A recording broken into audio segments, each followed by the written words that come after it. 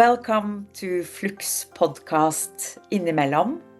My name is Trine Line Bjong and I am the CEO of Flux Forlag. We have published the book It Didn't Start With You in Norwegian, Det startet ikke med deg, by Mark Wolynn. He is a leading expert in inherited family trauma. And I have been really looking forward to this conversation. So let's just start. So Mark, please tell us a little bit about what is inherited family trauma, and can you also give an example? Okay, so let's take a case. A young woman, she's in her mid-20s, and she chooses all the wrong men. And one relationship after another crashes and burns, and she blames herself, and she thinks she's defective, and her self-esteem is low. And she thinks something happened in her childhood. But we look in her childhood, and it's very average, and she doesn't understand why her life is spiraling. What she doesn't consider is that a trauma that happened to her grandmother when her grandmother was in her 20s is at the root of her relationship struggles. So when the grandmother was a young woman, her husband died. And this was the love of her life, and he died in a car accident while she was pregnant with the mother. And grandmother, she never married again, and she stayed alone the rest of her life. And this trauma chemically altered, which I'll talk about this, it chemically alters her genes. And those genes are what gets passed down to the granddaughter. So we need to realize when we're talking about inherited family trauma, we need to realize that the reaction to a trauma doesn't necessarily stop with the people who experience it. The feelings, the sensations, specifically the stress response, the way the genes express. This can pass forward to the children and the grandchildren, affecting them in a similar way, even though they didn't personally experience the trauma. And that would be a good way to explain it. Mm-hmm. And I just a little bit curious about why is it that the stress situation is what we inherit? Yeah. So when a trauma happens, Mm-hmm. it changes us. Literally, it causes a chemical change in our DNA. And this is what is passed down. So let's say there's a trauma that happens. And then as a result of the trauma, we either tighten or we have anxiety, we want to run away, we want to shut down. Literally, fight, flight, freeze responses are the reaction to the trauma. And these are what get passed down through the epigenome. So technically, here, let me say a little bit about it technically. So I said when a trauma happens, it changes us. So literally, it causes a chemical change in the DNA. And this can change how the genes function, sometimes for generations. So technically, the trauma happens, and then there's these chemical signals, which they call chemical tags or epigenetic tags. And they attach to the DNA, and they tell the cells to use or ignore certain genes, enabling us to better deal with this trauma that just happened. And then the way our genes are affected can change the way we act or we feel. For example, we can become sensitive or reactive to certain situations that are similar to the original trauma, even if that original trauma occurred in a past generation, so that we now have a better chance of surviving it in this generation. If I were to give you an example, I would say, let's say our grandparents came from a war-torn country. So people are being shot like what would have happened in World War II or what's happening now in the world. People are being shot, bombs are going off, uniformed men are lining people up in the square, people are being taken away. Our grandparents, they would develop and pass forward a skill set of, let's say, sharper reflexes or quicker reaction times, reactions to the violence to help them survive that trauma that they experienced. But the problem is that's what they're passing down. So we could inherit a stress response, fight, flight, freeze responses with the dials set to 10, and we're prepared for this war or this catastrophe that never arrives. And the problem is we don't make the connection. We don't make the link that our anxiety, our hypervigilance, our depression is connected to our parents and our grandparents. We just think we're wired this way. Okay. You mentioned epigenetic, and I think it would be good if you could explain that a little bit, because it has something to do with the DNA, but also, please say a little bit more about let me what say is a little that? bit more.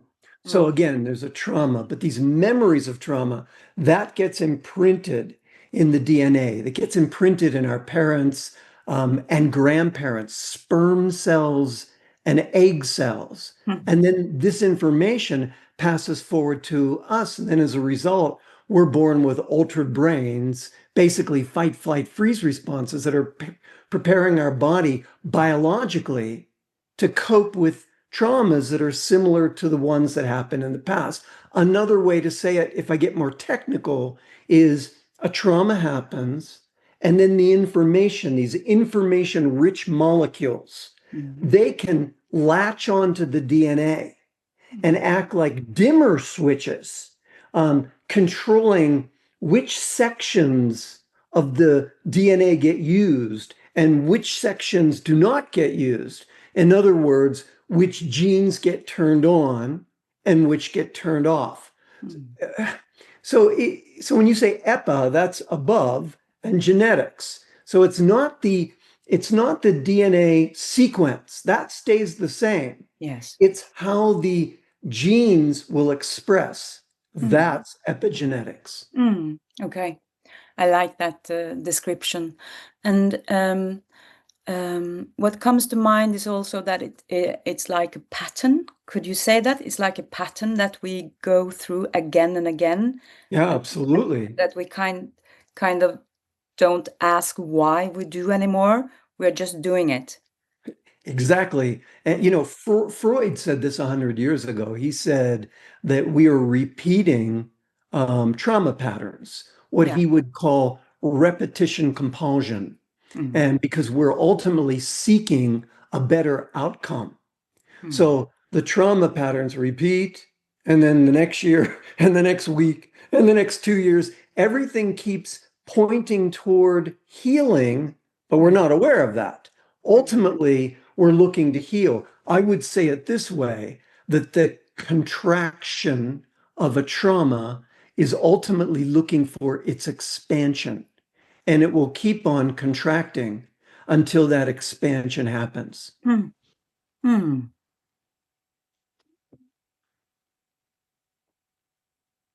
So how can we know the difference between because you're talking about attachment trauma and generational trauma, and I'm curious about the difference between those two, and also how can I know what kind of trauma that's going on? It's a great question. You actually don't know. We don't know, because the trauma expresses the same. So if we've inherited fight, flight, freeze responses that come from our parents or grandparents, it makes us tighten or want to run away or shut down, fight, flight, freeze. The same thing happens if we have a break in the attachment with our mother. It's a trauma. So as a response to that trauma, we either have a fight response, a flight response, or a freeze response. We don't know. But what I teach readers to do in the book is I teach them to know the difference by using trauma language. And Trina, you read the book, I think, so you know that I talk about something called core language, Yes. where I ask these questions, and then based on the answer, we can figure out if this is something. Here, let me explain it. Here, I'll do it with. We can do it with the audience. Yes. Why not? Why not? Yeah. Okay. Don't do this at home if you don't feel safe. Only do this if you have support. But, basically, one of the questions I asked in the book is called the core sentence. And the core sentence is, and I'll ask it to everybody, if your life were to fall apart, if things went terribly wrong, what's your worst fear? What's the worst thing that could happen to you? Feel it for a minute. Let me ask it again. So if your life fell apart, if everything just went south, everything just was messed up, everything went, how would I say it?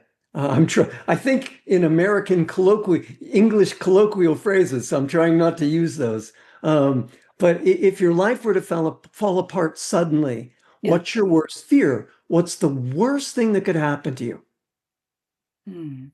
Now, say it inside. Don't say it outside. Say it inside. Now, if that happened, what's the worst part of that? And try to take it down another degree. And now, if that happened, what's the worst part of that? And when you get it down 4 times, you often get to a short sentence with 3, 4, 5, 6 words that sound like this. I'll be all alone. I'll be abandoned. I'll be rejected. I'll be left. I'll lose control. I'll be helpless. And the sentences I just said are generally attachment sentences, because it's the baby that often feels all alone or abandoned or rejected or left or helpless when when her attunement, when her attention is off target. So that would, for me as a clinician, if I heard those sentences, I would start asking questions about your early life with your mother. I would say, tell me about what happened when you were in the womb. Did your mother want to be pregnant? Did she like your dad?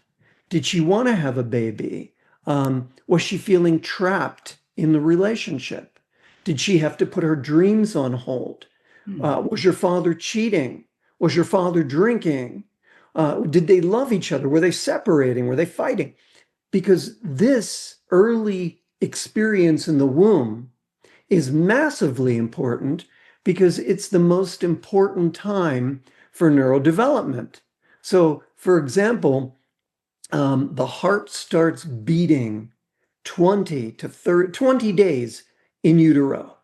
And then the neural tube, the neural groove, that which will become the nervous system, that comes within 20 to 30 days. So basically, in the first month, we have a somatic awareness. So it's the time in the womb and the first 2 or 3 years of life. So, but there's no memory during this time. But this is the most important time when our brain is being wired for safety, or it's being wired for lack of safety, hypervigilance. We're being wired to trust or not trust, to feel secure or not feel secure. And all of this is happening in the womb or in the first 2, 3 years of life before we have memory. So it's very important to ask, what was your mom going through? What was your mom feeling? Did she feel supported? Was their marriage going okay? Did she want to keep you? Did she consider having an abortion? So all these questions are important because those types of core sentences, I'll be alone, I'll be rejected, I'll be abandoned, I'll be left, I'll fall apart, I'll be judged, I'll be ridiculed, I'll be humiliated, I won't matter, I won't exist. These are all attachment sentences, more or less. Okay. Now, a generational sentence sounds different. It sounds like this: I'll do something terrible and I'll be hated and it'll all be my fault and I'll be sent away, or I'll be forgotten, or I'll be ostracized, or I'll do something terrible, I'll hurt a child and I won't deserve to live, or I'll take my life. Or you see, those sentences have a different quality. So what's the difference of the quality? Because yes, I can hear that it's a difference, but I really want you to. Okay. No, yes. no, it's beautiful. It's a beautiful question. Let me see if I can explain it. So the first sentences have the feeling of being alone. I'm all alone. There's no support. It's almost like the fetus in the womb, because the mother is stressed and the womb fills with cortisol. The fetus is trying to reach up to feel the connection with the mother, but the fetus can't feel the connection because there's all this cortisol and stress and chaos in the mother's body. And so that creates sentences like, I won't matter, I don't exist, I'm not seen, I'm not heard, I'm all alone. It's more of a quality of this was done to me. Okay. And now when you hear these other sentences, I'll harm a child. I won't deserve to live. You just asked the question, did you ever harm a child? No. Did anyone in your family ever harm a child? And they go, oh, and immediately they start telling the story. My grandmother was nursing the baby and she fell asleep and the baby suffocated. My grandfather was backing the car down the driveway and there was a little boy on a tricycle. And you start to hear these stories. Here, I'll give you some more generational sentences. Yes, I'll kill somebody. I'll go crazy. They'll put me in an institution. I'll do something terrible and everyone will hate me. When somebody says that, I go, who did something terrible? And everybody hates them. And they generally say, my father cheated on my mother when we were small and he had a second family and we don't talk to my father, or we don't talk to my grandfather. You see, that's how you can tell that they're generational sentences. You just have to ask the question, did you do that? And they go, no. Did anyone in the family do it? And they go, yes. Yeah. Yes, this is a very good explanation between those two families of, I don't know, feelings that we get when you ask questions like you do. So yet we don't, but they feel the same in the body. So okay. it's important to say, somebody that has attachment trauma or generational trauma is still expressing similar feeling, fight, flight, freeze responses. Okay. Yes, but but it comes from. It's just very interesting that the first thing that is with when you're in the womb, it's more about you and about kind of just you. But the other questions is more like a mystery in a way. Exactly. It takes more into what I feel that I really don't understand. And you're talking in the book, you are talking a lot about, or writing about making it's maybe me, but making the invisible visible. No, it's a beautiful way to say it. Thank you. Yeah. That's what I do. That's my job. I make the invisible visible. I take the topic that either people don't want to talk about because of embarrassment or shame or pain or grief or they don't know the topic is there because they haven't considered looking in the family history, which is why I wrote the book.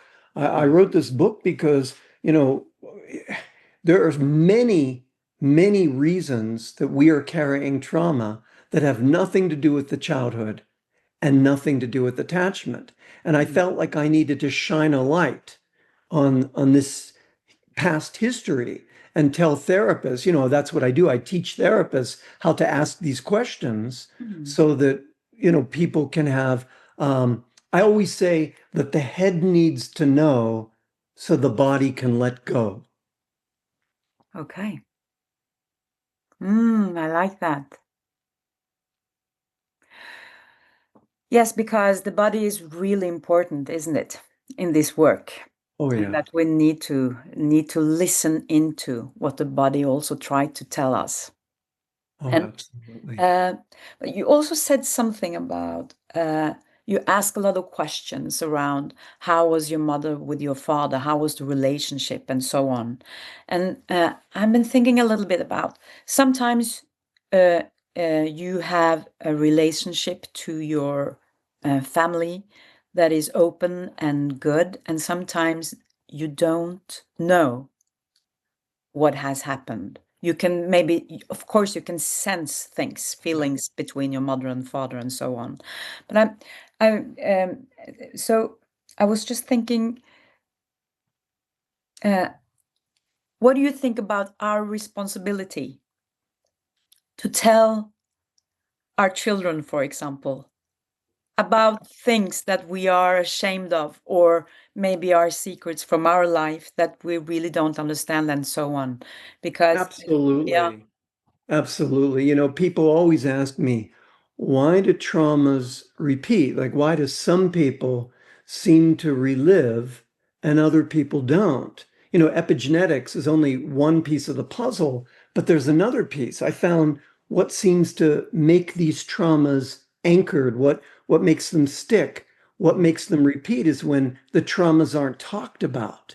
Or the healing in the family is incomplete because the pain or the grief is too great, or people in the family history are left out, they're rejected, they're excluded because they hurt our grandmother, hurt our mother, Or or like you said, that the father was yeah, unfaithful and you don't talk about him anymore, Like, yes, yeah. it was a very So good example. basically, there's not been any resolution, and then that's when you see it repeat because aspects of these traumas will show up in a later generation. Unconsciously, we'll repeat the pattern of our father who was rejected. In other words, the son will have an affair. The father had an affair, and the son will have affairs on his wife. It's almost to say, Father, we hate you.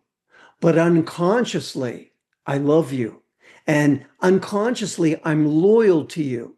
And that you're not the bad guy alone. I'll be the bad guy too.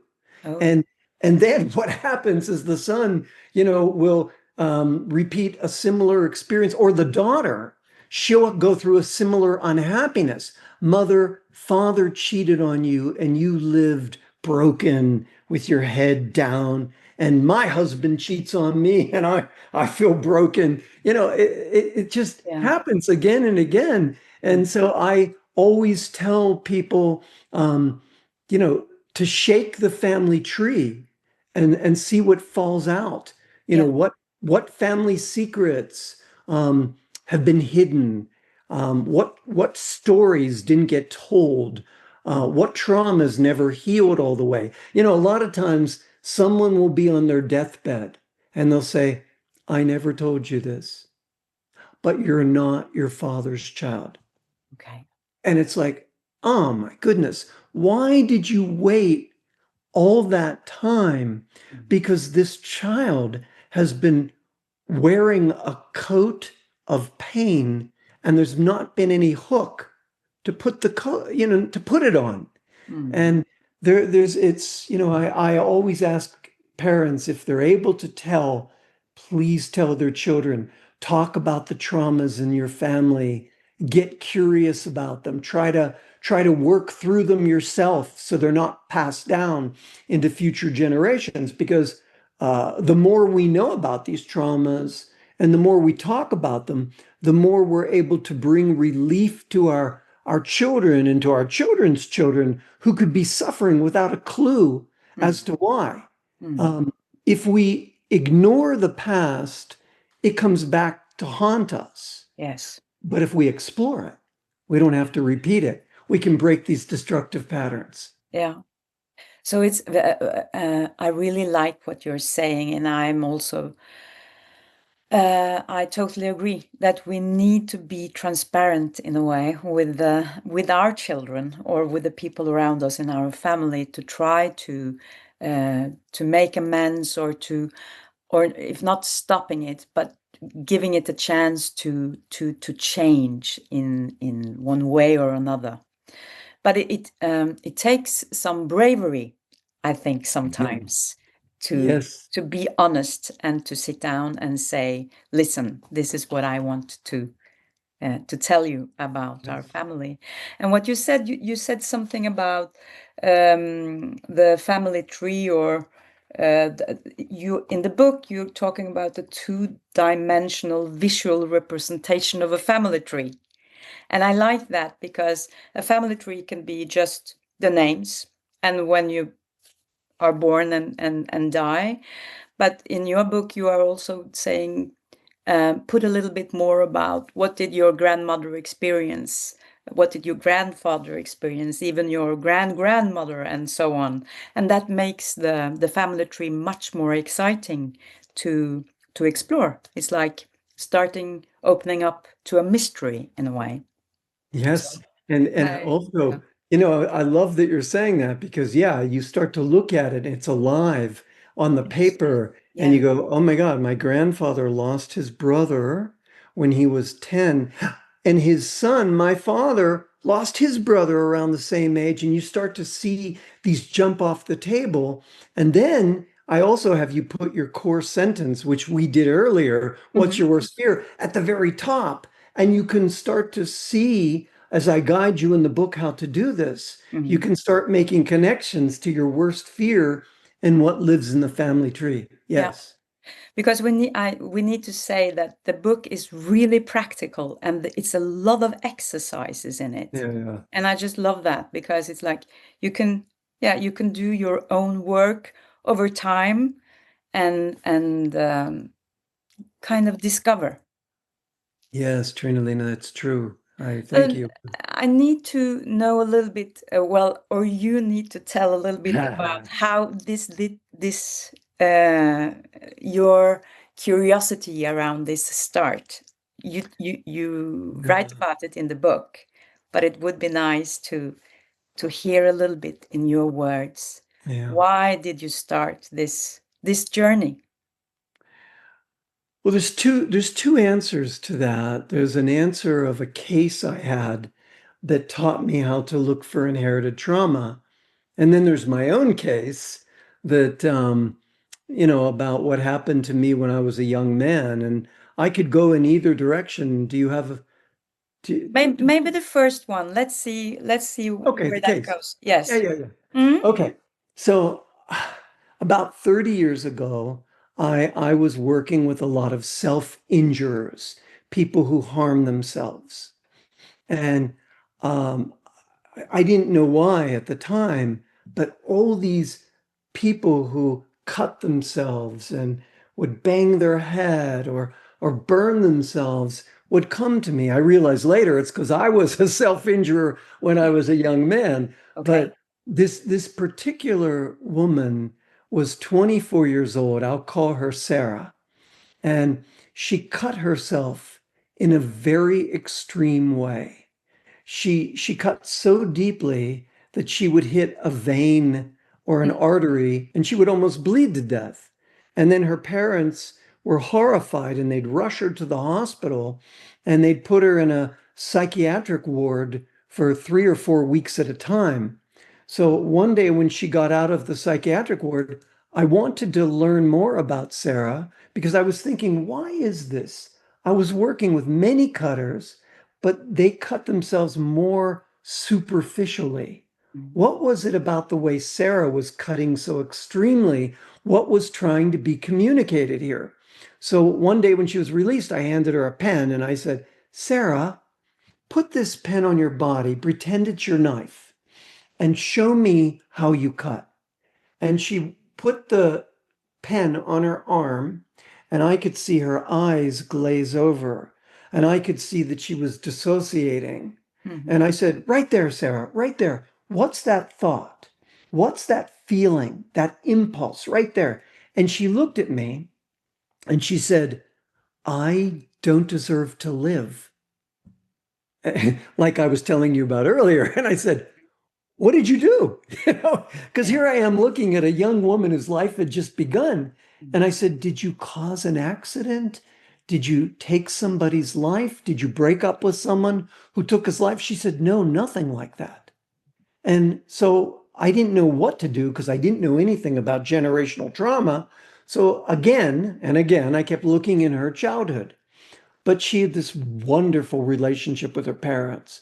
She could go to her mother and be held and nurtured. She could go to her father for nurturance. They were very loving. They were very attentive. So I thought, okay, it's got to be in attachment.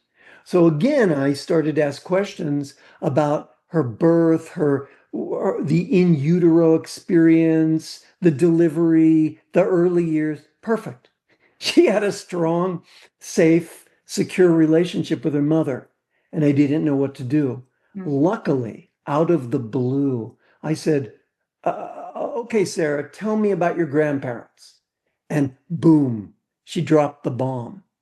So her grandmother, her father's mother, was an alcoholic, and she was driving the car drunk, and she crashed into a phone pole, and Grandpa was in the passenger seat, and he went through the windshield, and he got cut on the glass and bled to death as before the ambulance even arrived.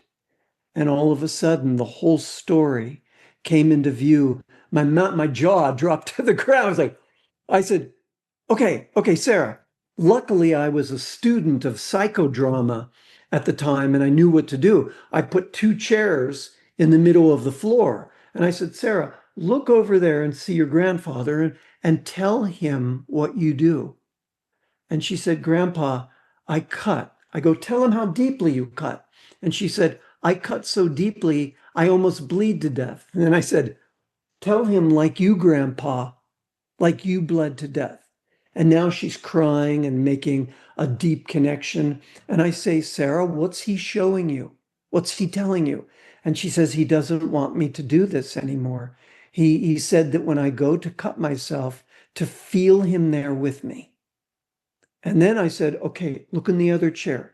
See your grandmother there. She didn't know either of these grandparents. They were dead before she was even born. And I said, tell her what you told me, that you don't deserve to live. And she said, Grandma, I feel that I don't deserve to live. And then I said, the way you felt, Grandma, for taking the life of Grandpa. And now she's crying and she's really in it. And I say, close your eyes and tell me, what is your grandmother showing you? What's she saying to you? What are you seeing? She goes, she also says that when I go to cut, she'll be there supporting me. And they don't want me to do this. Well, Sarah never cut again. And I learned the biggest lesson about in my life, really, about inherited trauma, that we have to ask about generations. We can't just stop with the parents or the childhood. I know that you studied with Bert Hellinger. Yes. Yes. My greatest teacher. Yeah, great. Okay, because we have at our publishing house we have a book from not him but Franz Ruppert, who's also in the same area of family constellations. And when you're talking like you are doing now, it sounds a little bit like Gestalt therapy with the chair. Yeah, with the chair exercise that you sit in, yes, in the chairs, and you you take these personalities and talk from your grandmother or your grandfather and yourself and so on. But tell me a little bit about, because you're writing about Hellinger in your book, and it's with so much love and affection. So just a little bit about your relationship, or how did you discover him and why did you start study with him? After this, I went to study with him. After this, I started looking for how do I learn generational work. And at the time, I was one of the top students of Dr. Roger Woolger, and he would work with something called deep memory process. Mhm. He's passed away, but Roger would say, Mark, he was British, he'd say, Yeah. you've got to study with this man, Bert Hellinger. He works with the ancestors like we do. And that's all I needed to hear. And I went to Germany and Austria and to study. And I fell in love with Bert. It was the most amazing. I was in the presence of a great master Okay. who amazing. I mean, Yeah, yeah. words can't explain. No. Yeah. I read that he was a priest in the beginning. Yes. Started Yes. out as a priest. And Okay. yeah. So the story goes like this. So for 26 years, he's a priest. And for 16 of those years, he's down with the Zulu community in South Africa to convert them to Christianity. But of course, they convert him. And what he learns is that there is no I consciousness. There's a we consciousness, that we all affect each other. So what I do affects this person in the tribe, affects this person in the tribe. In fact, if there's ever a murder in the tribe, the family of the murderer and his family, and the family of the victim all meet with the Sangoma, the tribal healer, until harmony is once again brought to the group. And, there's a deep reverence, a deep respect for the ancestors, for the father, for the mother. In fact, you can't even look the mother and father in the eyes until you've gone through the initiation into adulthood, into manhood or womanhood at 13. And they'll pull the man out of his mother's tent and, send him into the forest to do to have an initiation, to join the tent of the men, to join the men, really. Yeah. And it's so beautiful. So later, if your crops don't grow, or if you're having a fight with your wife, you sit with your ancestors. You sit with your father. You sit with your grandfather, and you feel their presence, because even though they've passed away, they're very much part of your soul. Bert Hellinger would say, we are part of a family soul, which is beautifully put. Mm. And so that's the story. So these people didn't need his Christianity because they weren't on SSRIs. They were pretty grounded. So Yeah. he was converted and he stopped being a priest, and he became a family therapist, and he worked in Gestalt and transactional analysis and all Yeah. the great treatments going on in the 70s. Well, because in Flux, we're also working a lot with communication, with dialogue, and I'm very surprised that there are, for many people, quite difficult to accept that we are all connected in a way, and that it takes work to be kind of normal with saying that my ancestors has something to do with me still. Well, Wow. but I think maybe that's the West, or that's my assumption, that Yeah, well, people of the West. this is why I wrote the book. Yeah. Really, this is what I did. I realized that people, there's a me and a them mentality in the world. Yes. And I wrote the book to show that we're all connected, and the events of our mother, our father, our grandmother, our grandfather, these influence us deeply. And it's another thing that I was talking about in the book. I gather people's trauma language. So let's go back to Sarah for a minute. So Sarah's verbal trauma language was that I don't deserve to live, which was not her language. It was the grandmother's language, but that was the verbal trauma language. Sarah's non-verbal trauma language was cutting so deeply that she'd almost bleed to death. So these two types of languages, the non-verbal and the verbal, gave me the clue to uncover the story and then help Sarah to stop cutting. Yeah. So, that story tells you that we are very much connected to the past. Yes. And maybe also the future. Some people, yes, that there are kind of big space here. But so I also am wondering, what if we don't know our family history? Yeah. Say a little bit about that for people that are adopted, for example, or the parents are dead long time ago. Yeah, no, that's a great question, because many people ask it. I don't have any information about my family. My mother won't talk. My father's gone. I'm adopted. My parents remain silent.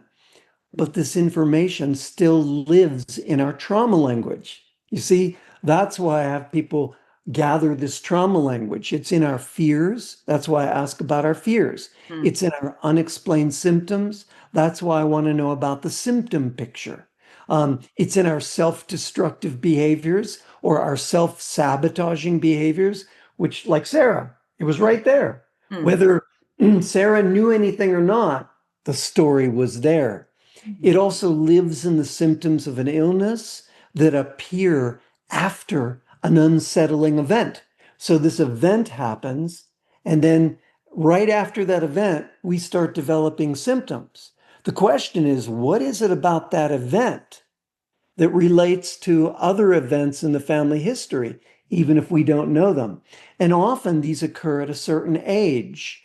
We see that this trauma language, this information, it lives in our relationship struggles, in who we choose, how we let ourselves be treated. So, for example, if somebody lets herself or himself be treated poorly, my first question is, how did your mother get treated? How did your father get treated? You see, even if they don't know it, they're living it. They're reliving it. So what you say is that even if you don't know your mother and your father, you can still feel or sense, or yes, you have the language in you in a way. Absolutely.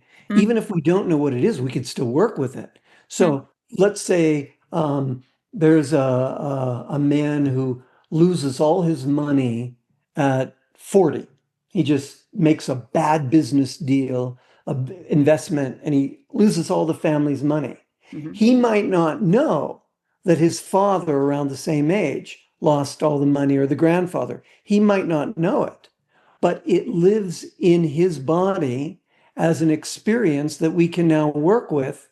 And we can even work. Do you know what you've done family constellations, or you've seen it? Yes? No, I haven't, but I'm quite familiar with it. Yes, I've read a lot about it. Okay. All right. So let me tell a constellation, it's really an outer image of an inner experience. And even if we don't have all the information, it shows up. So physically in a constellation, we will stand on the floor as our mother or someone else's mother, or our father or someone else's father, or our grandparent or our younger self, to help us shift an old image that we carry. And it's a very somatic very body-centered experience. And there's dialogue in it. What we were talking about earlier, Trina, when we were talking about dialogue, how important it is. So sometimes there's words we say or words we hear that help us release these fight, flight, freeze responses that have been there a long time and have been creating a lot of suffering.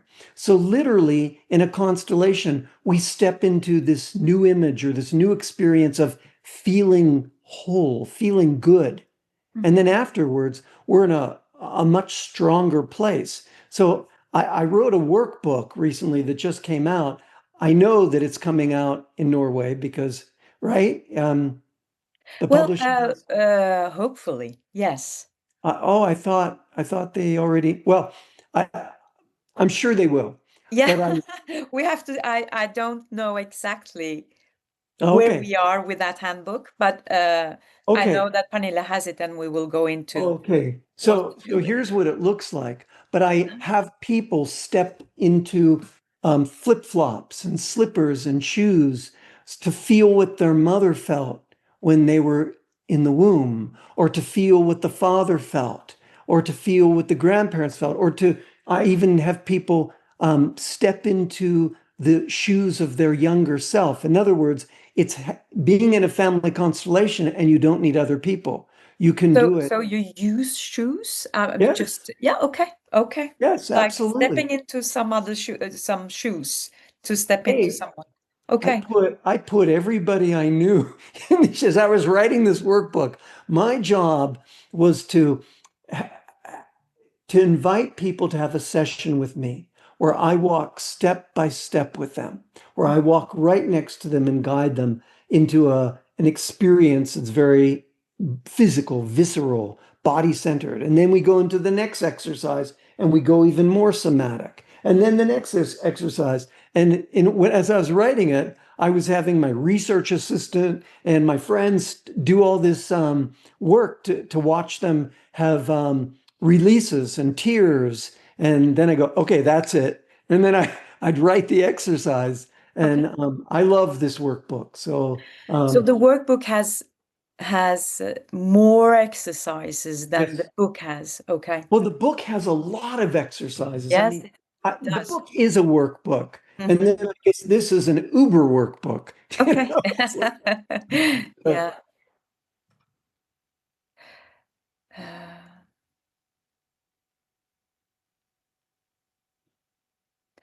so I've just been thinking a little bit, but do you know about morphic resonance? I just have yeah, to, yes. Do yeah. you combine that in any way with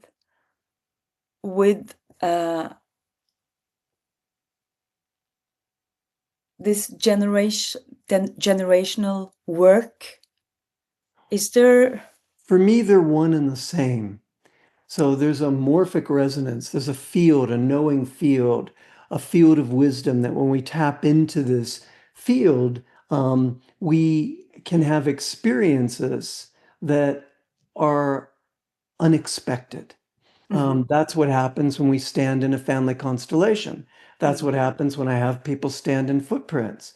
That's what happens when, Rupert Sheldrake, when he writes about pets, where they put cameras in the home and the pets 5 minutes before the owner is coming to the house, the pet is already going to the door.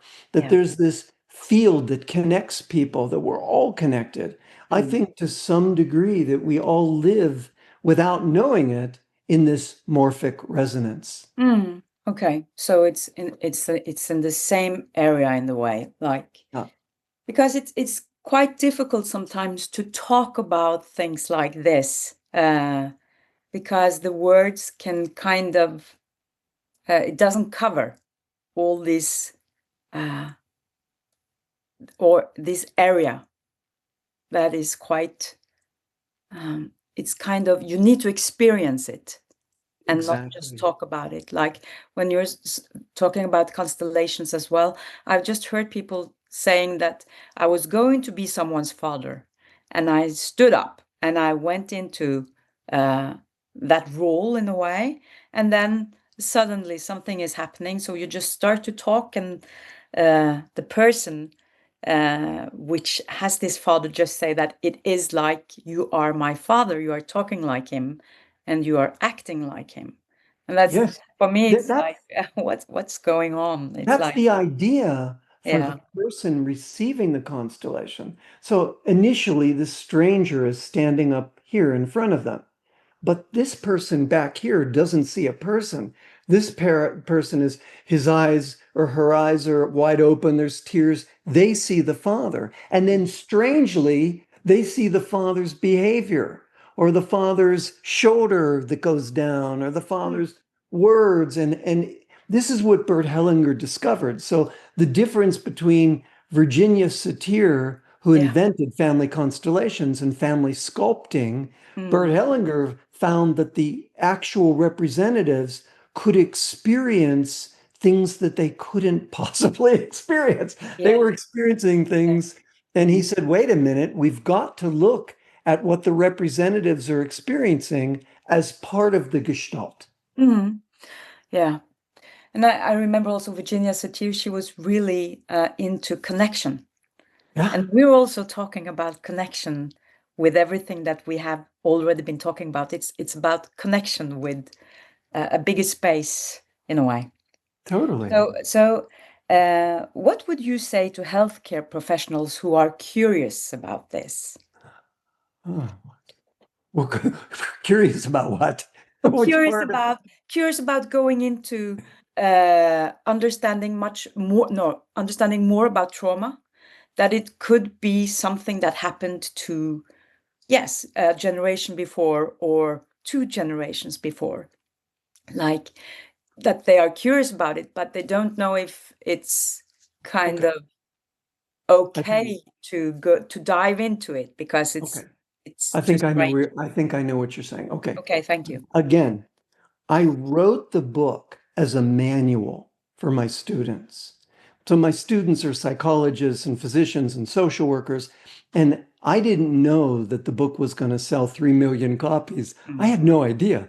I mm, wrote the book only for practitioners to be able to ask these questions and draw these genograms. And the funny story is one of my friends, a psychiatrist, said, do you have an agent? And I said, what's that? And he yeah. said, let me introduce you. And he introduced me to my agent, Bonnie, and she loved the book and she sold it. And, you know, the rest is history. It's in 42 languages so far. Yeah. But in fact, the Swedes just bought it. So Okay. now we're up to 42. Yeah. Okay. But what's interesting is that I didn't know that it would have this impact, and now I see that the world is hungry for Mm, this information. That clinicians, even if they're afraid of it, even if they don't, you know, they're not used to it. You know, it took clinicians a long time to understand that the body was important and that we need to work somatically. mm, But now we also need to broaden the landscape to include the generations behind us because they have information mm. that we need in order to heal. Yeah. Okay. Good. Very clear. So I hope more healthcare professionals in Norway as well will go into this area and start to practice it in one way or another. You have a new book now, or a revised edition of it didn't start with you. Could you say a little bit about the difference from the first and the second? Yeah, What's the yeah. difference? Okay, so there's a story attached to that too. Okay. So I wrote the first book 10 years ago, and then I updated it in 2017. And then all of a sudden, between in the last 8 or 9 years, all this science came out, all this research came out with humans. And I contacted my publisher and I said, look, I have to update the book. And my publisher is very supportive and said, okay, we're gonna do an update. So the new book, you know, there's all my insights in the last 10 years that are new. And I really gutted the book. I went in and the new book is about 30% different. And I have a lot of new cases. I tell the case of Sarah that I shared with our listeners here today. Mm, But the newest research is amazing because what they've discovered now is that we don't only have to rely on the studies with mice. Because in the original edition, I focused on mice because, mice share a similar genetic blueprint. Over 90% of the genes in mice are similar to the genes in humans. But now I've got all the research with humans, and all the mechanisms of generational epigenetic inheritance. For example, there's 3 of them that I talk about in the new book. DNA methylation, which blocks the protein from attaching to the DNA, and histone modifications, and RNA alterations, levels of non-coding RNA.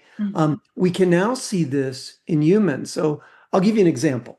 So now there was there's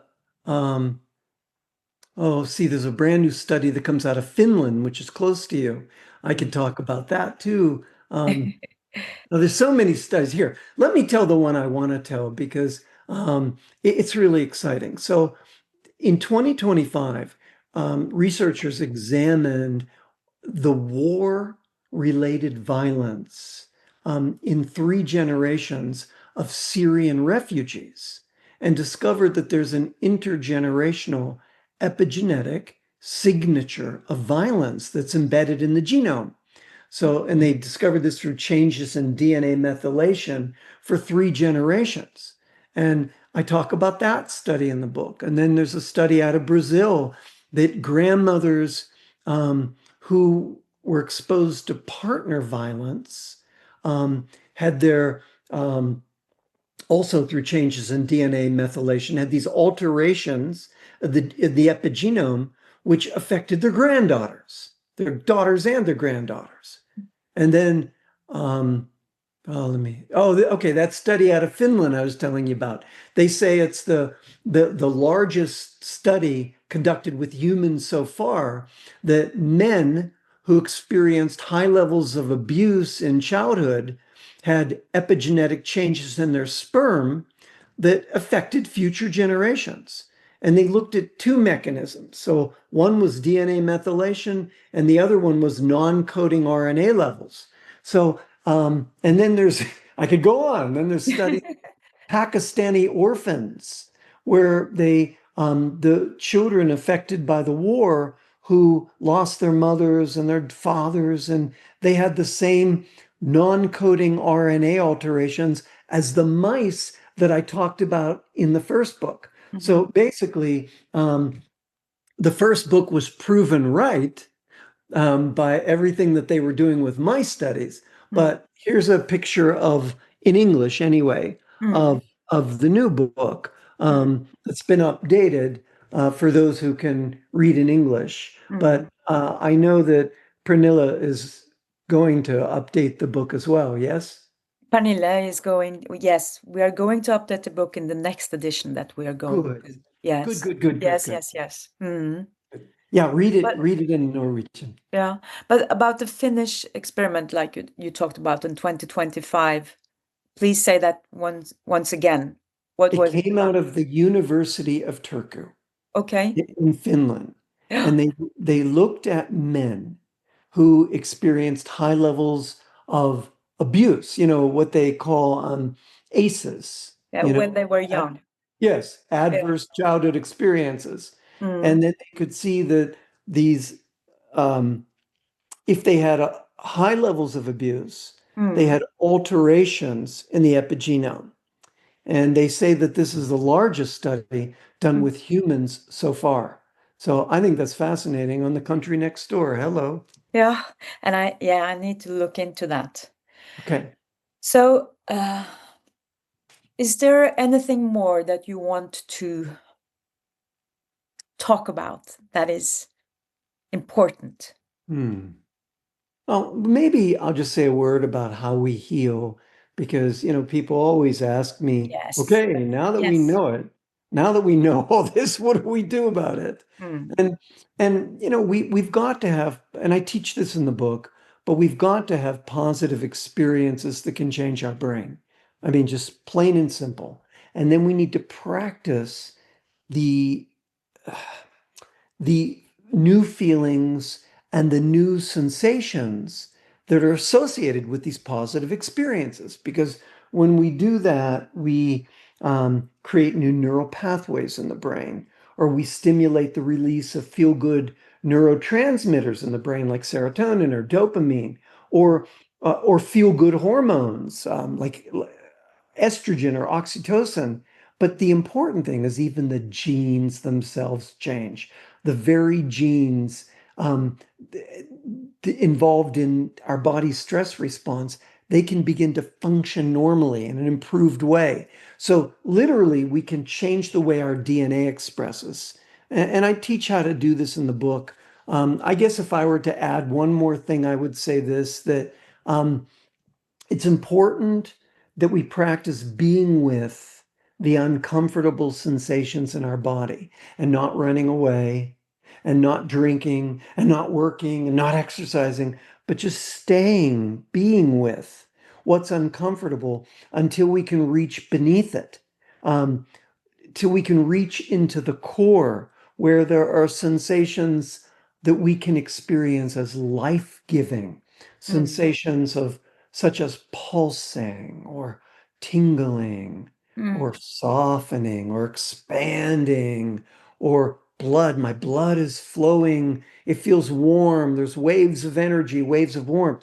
These sensations of life force are key. And if we can stay with them, we can calm our vagus nerve. We need to be able to hold the positive sensations for about 60 seconds and then do this 6 times a day. And that can be enough to calm our nervous system and change our brain. Yeah, that's you're also writing around or about that we are good at imagine pictures in a way.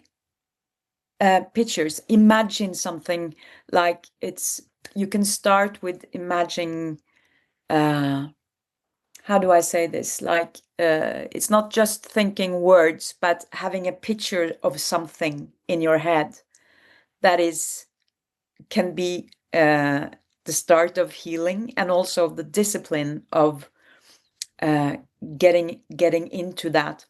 You have this example of a man who has a photo of his father that he's looking at. Okay. But Thank you. yes, Yeah. okay. So, because I was going to say at some point we want to get away from the image of the mind and more into the sensation of the body. Sensation, yes. So, for example, I'll do this. If someone has a break in the attachment with the mother, I'll have them put a photograph of their mother over their left shoulder. And before they go to bed at night, I'll have them say, Mama, please hold me while I'm sleeping so I can feel connected to you. Teach me how to trust your love, how to receive it, and how to let it in so I can feel this connection with you. And then I have people visualize a energy, a current, a stream of energy in the body, but then to go deep into the body and feel, rather than image, but to feel this connection, to feel the mother's connection, to feel this energy changing in the body, the warmth, the currents, the spirals, the softening, because it's deeper if the image is visceral. I'm sorry, deeper the The image. healing is deeper Yeah. if the image is not visual, Okay. but it's visceral. Akkurat. It's somatic. Yeah. So our healing is deeper when we can say, oh, my mother's holding me and I can feel this warmth in my chest. And it's much deeper when we can do that. So, so the start, if people would like to start with healing a small or big trauma, they could use the book and like you said, trying to stay with the uncomfortable in the uncomfortable place for a while, and it will change into something that you sense in a way. But you Yes. need to be you need maybe to have kind of a discipline, not to run Yes. away, but to stay in something uncomfortable. Do you have, uh, uh, do you know, or is it like, uh, how long do you have to stay in the uncomfortable? Is it like, Great. It's a great yeah? question. It's a great question. Mm, So at first, people run from what's uncomfortable. mm, Your 20s, your 30s, we run. But when we finally recognize that we can't escape mm, and we decide that, okay, I'm going to really be with this. And at first we can't do it and we bounce up and, sometimes people need to use headphones and binaural beats or meditations that have certain sounds and frequencies. That's always genius. That's very helpful. But when we can stay with this sensation and recognize it's an inner child.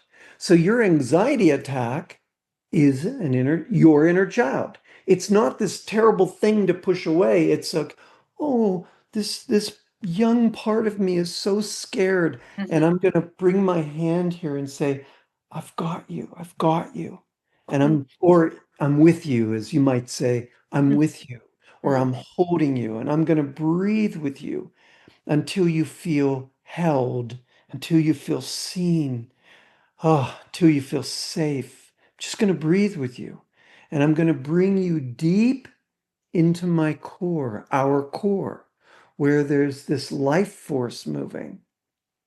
That is what I would suggest. And sometimes we definitely need a therapist when we've had a lot of trauma. Sometimes I always say, take this book and use it. But if you hit against a wall, use it with a therapist. yeah. That's very valuable. Mm, But the magic number, you said for how long? mm, If we can hold a sensation of goodness, a sensation of warmth, a sensation of expanding for 60 seconds, mm, and then repeat it 6 times a day, mm. that's the magic number. 60 times 6. That could Okay. be, So 6 minutes. yeah, yeah, 300, yeah, 360 seconds a day. That's right.